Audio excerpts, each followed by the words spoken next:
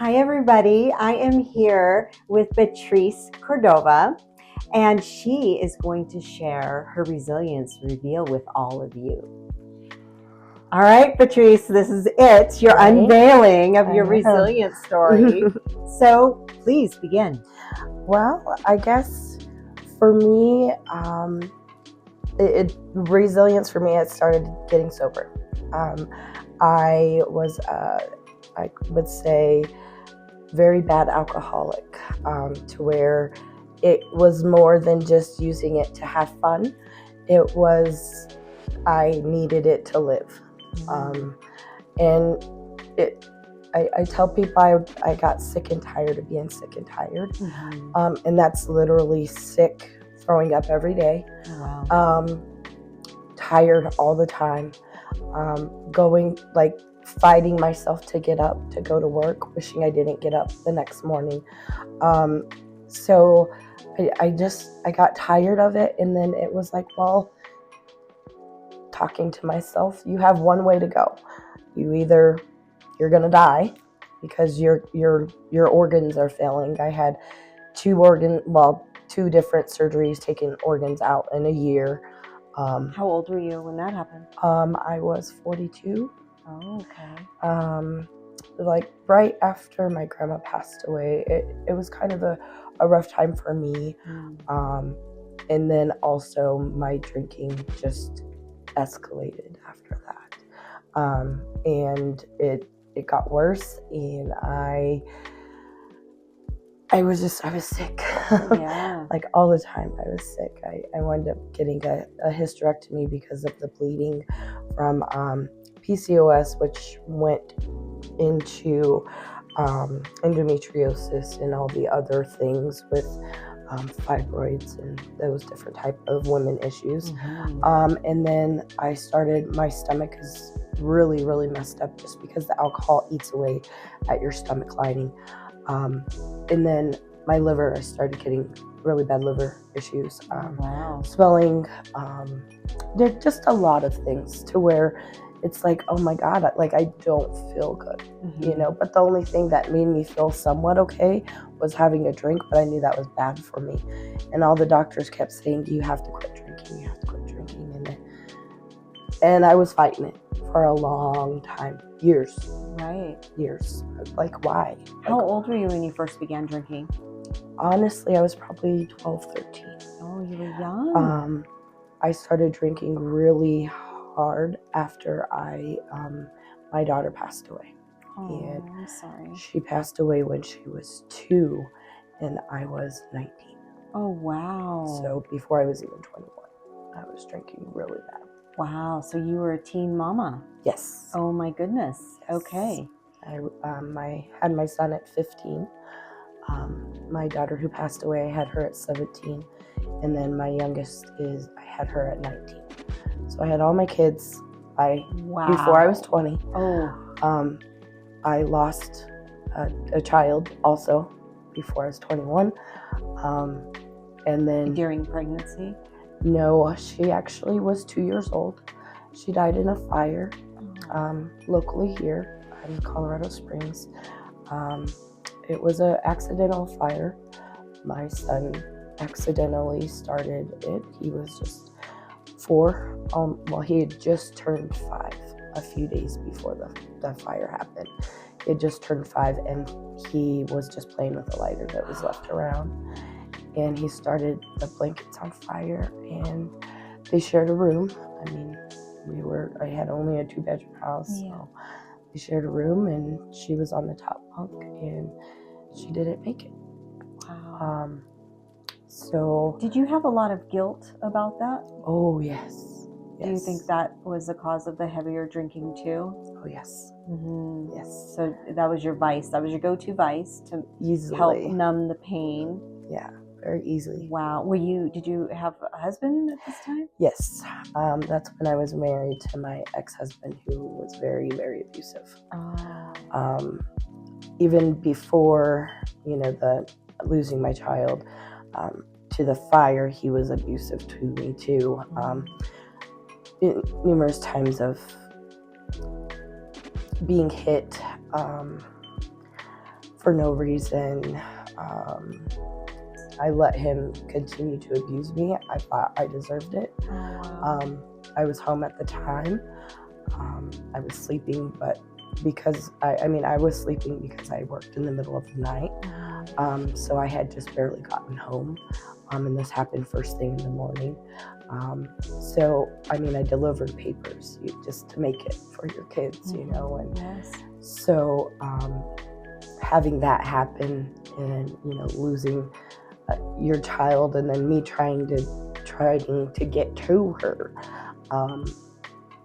wasn't helpful either, because I singed my eyebrows and just getting through the fire and like having the door shut in my face because it was too hot, and just everything that happened at that time.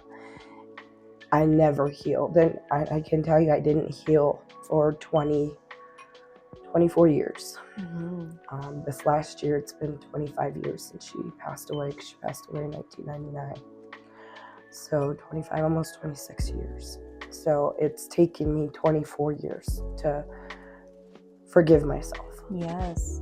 And how's your son doing with that? he is still having issues.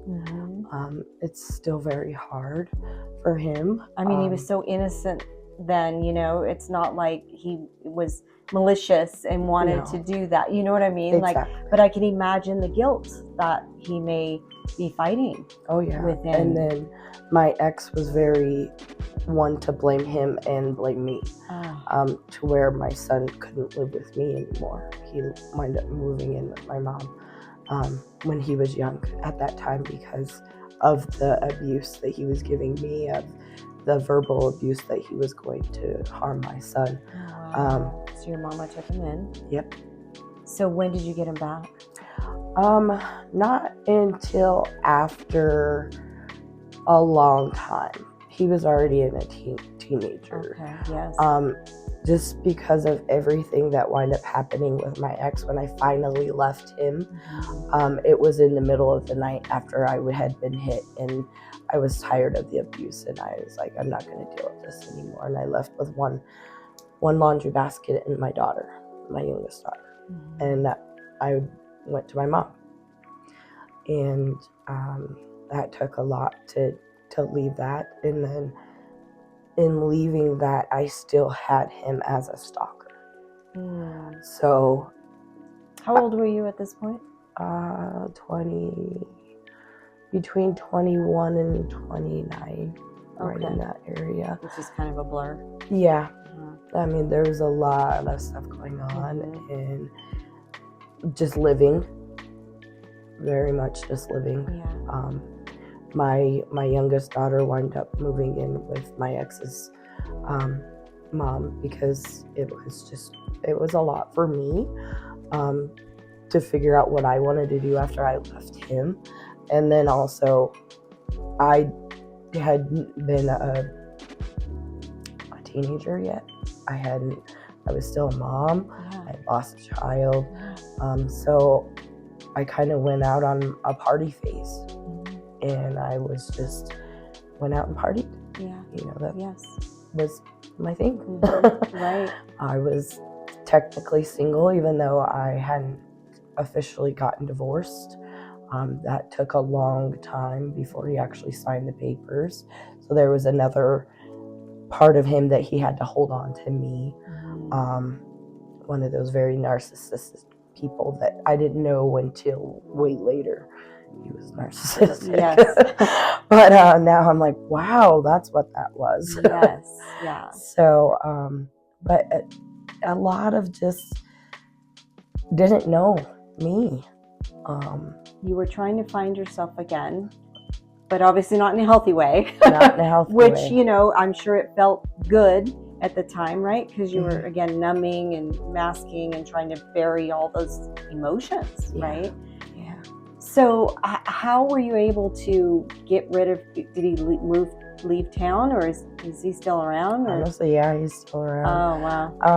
Finally just being stronger and like, no, you're not gonna bully me anymore. Good. You learned how to self-advocate. Yeah. Good for you. Another thing I think that helped me is I met my now husband. Okay. And when I met him, he gave me, even though I was still in my party phase, he gave me like a love and confidence I'd never ever gotten from a man. Yeah.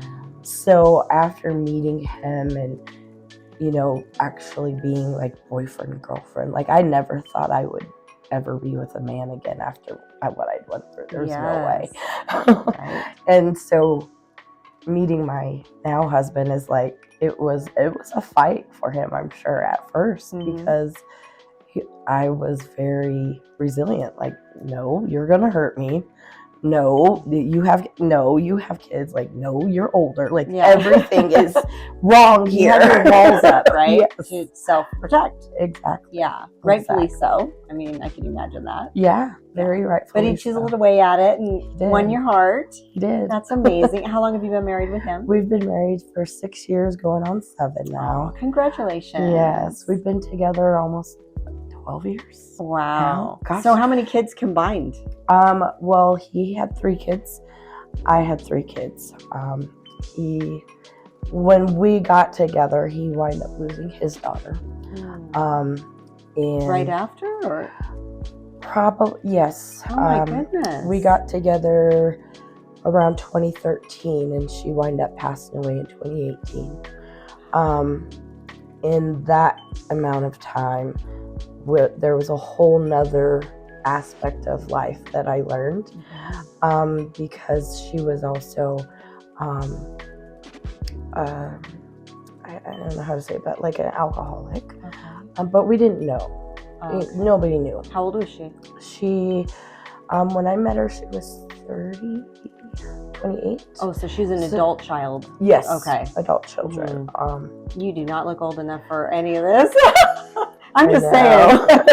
I love that part, but at least I'm aging gracefully. Yes, you are. I feel it, but yeah, don't look it right now. Oh. And we take care of her daughter. Wow. Okay. So, and how old is she now? She is now 17. She will be 18 in May. Wow. So we've actually been taking care of her since before her mom passed away. We had custody of her. Just because of her mom's troubles with alcohol. Yes. So she's been with us for before her mom passed. But after her mom passed, it became worse.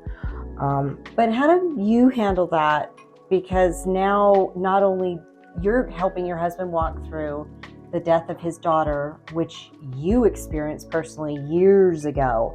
So did that kind of feel like the Band-Aid got ripped off from that morning of your child? Yes. How were you able to stand as a wife and be a supporter in that? I think I don't know. Actually, I don't know if I supported him very well.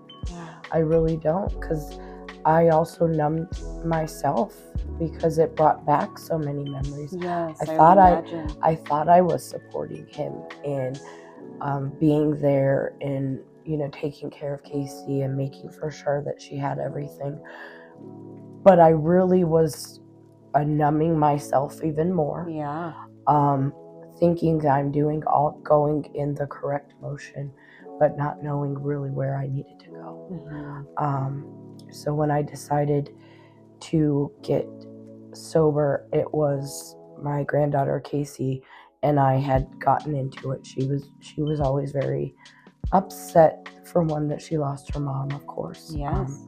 Who wouldn't be? She was only 11 years old when her mom passed away. Aww. So not only did her mom pass away, her dad had passed away. So this is a girl who's lost both her parents. Yeah, she's orphaned, so young. So we took her, and I'm, in my mind at that time, doing the best I can do. Mm-hmm. Trying not to show her how much I drank and just, you know, being there, but not really knowing what I was doing. So we had gotten into quite a big argument, and she wanted to leave and go and live with my husband's ex-wife.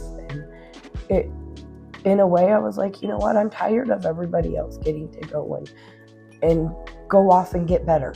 I'm like, I need help. Yes. And I knew I needed help before this, but I think it was just that day God told me, and now I have a better relationship with God. But I've always prayed and been very not against religion, nothing like that. Yes. But I think that was God telling me, like, yeah, you need to go fix yourself. Right. That was your wake-up day. It was my wake-up day, and not knowing that would change everything till now. Yeah. But I did. I was like, I'm so sick all the time. I worked with a very prominent UC Health organization. I mean, they are amazing. I truly believe that they are a great organization. Their EAP, their Employee Assistance Program, helped me. I finally used it, and I said... You were working for UC Health? I was working for UC Health at the time. And I had been calling in a lot. I'd already been sick. I'd been out for surgeries. So I'm pretty sure they knew, something's going on. But I just called the employee assistance line and I said, I need help. I need help. I need not to drink, but I don't know how to do it. Yes. And I talked with a lady for a couple of days. And she referred me to Mountain Springs, which is in Monument. It was a 30-day program, and we got the insurance and the employee assistant program, and they helped me, and I was able to leave literally within 2 days and go. Wow. How did your husband handle that? I think he didn't. I don't know. Honestly, when I did this, I was drunk. Okay. I was drunk at the time, but I knew I needed to change. Yes, you were like, I'm doing something, no matter what it is. Just tell me, help me. Help me. And I was very honest with the lady, and I think that was the first time I was honest with them about my problem. And I told her, I don't want to lose my job, but I know I need help. And I needed to figure something out. And they really did. They worked with me. I was able to do the program for 30 days, more if I would have wanted to. But that really set a path or something in me that I wanted to do this, and I wasn't going to turn back. And that's where that first resilience step is. I don't want to come back to this place again. Yes. There were so many people that had been back there numerous times, and I'm like, God, I begged my job to help me get here. Right. Like, I really want this for me. I knew I needed it for my family too. At the time, I didn't know how close I was to losing my husband and losing my granddaughter and losing my children, and how close I was coming to drinking myself to death. And I just did. I wanted to be here, and I wanted to change. Yes. And that was, I think, the biggest thing was I needed to figure out how to change. Yes. And so for me, going to that 30-day program and actually giving it my all, which was something I'd never done for myself. Yes, exactly. Like I did it for me and nobody else but me. Yes. And it's hard to actually do that, right? Oh, it was. Because you put everybody else first. Yes. And you lost yourself in the bottle. Yeah, I did. I just, okay, let me take care of everybody, make sure everybody's good. Yeah. I'll just drink my pain away. And actually going there, it was like I was actually doing something for myself.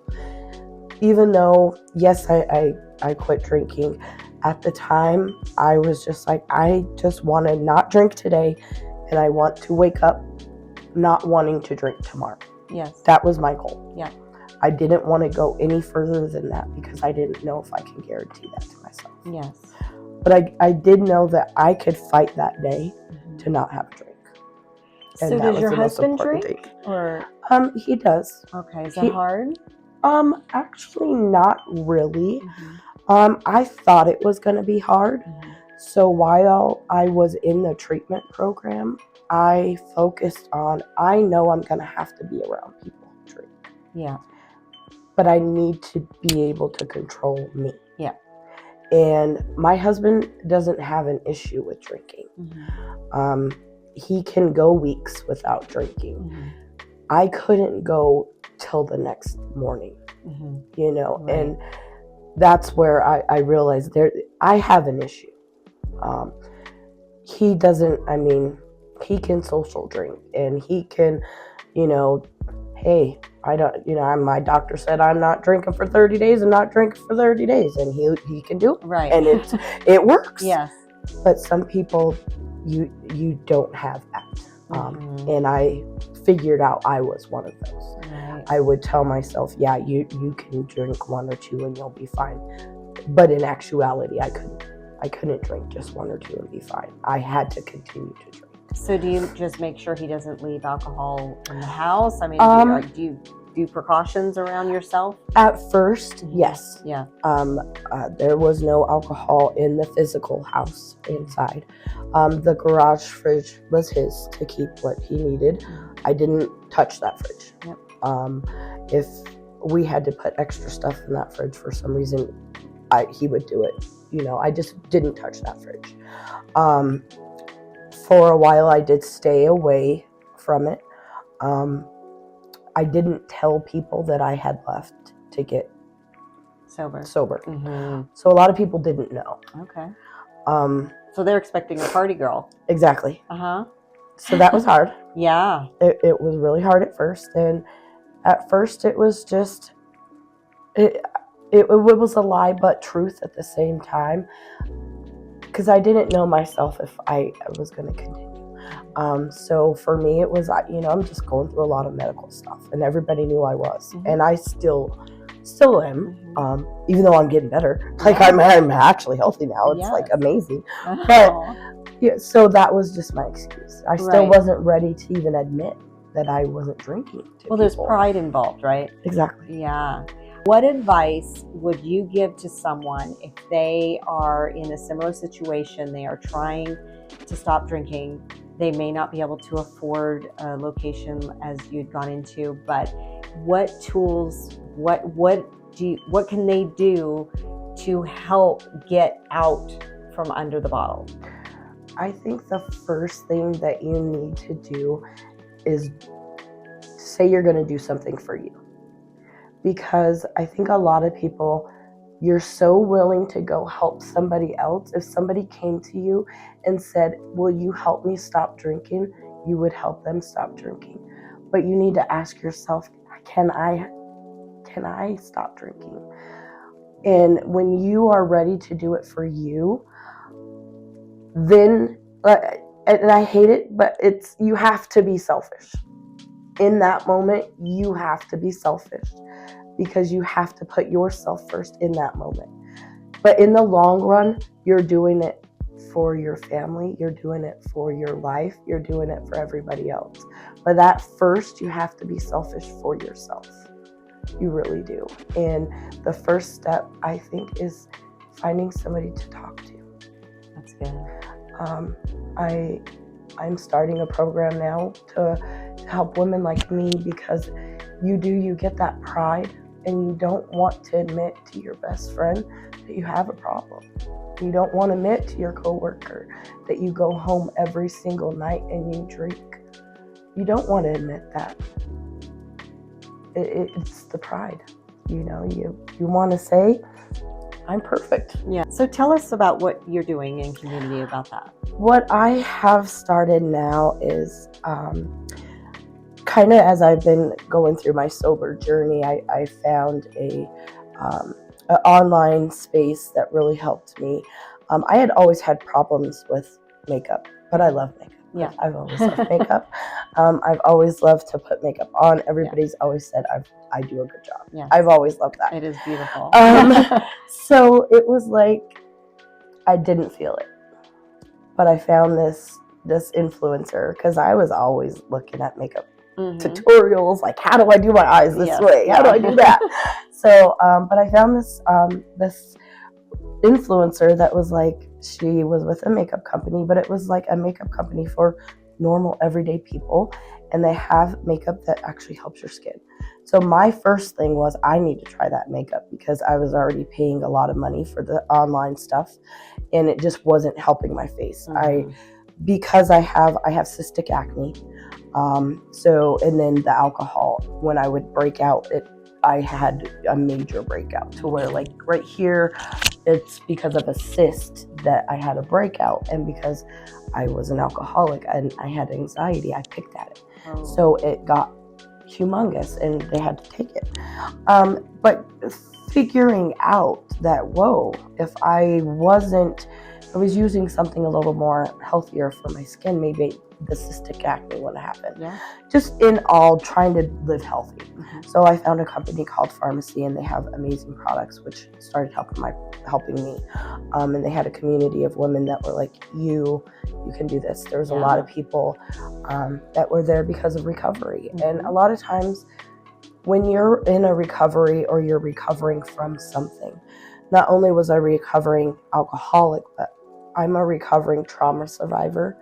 I'm a recovering domestic violence survivor. I'm a recovering attempted suicide survivor. Yeah. So I'm a grief survivor.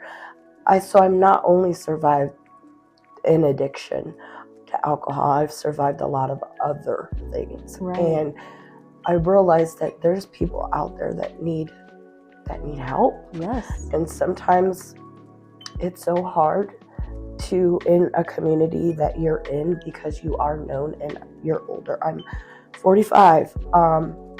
And so people know you. They've known you for a long time. So you get embarrassed, you get hurt, you get this feeling that I can't here, maybe if I moved, you think, maybe if I move somewhere else, I'll be fine. And for some people that works perfectly.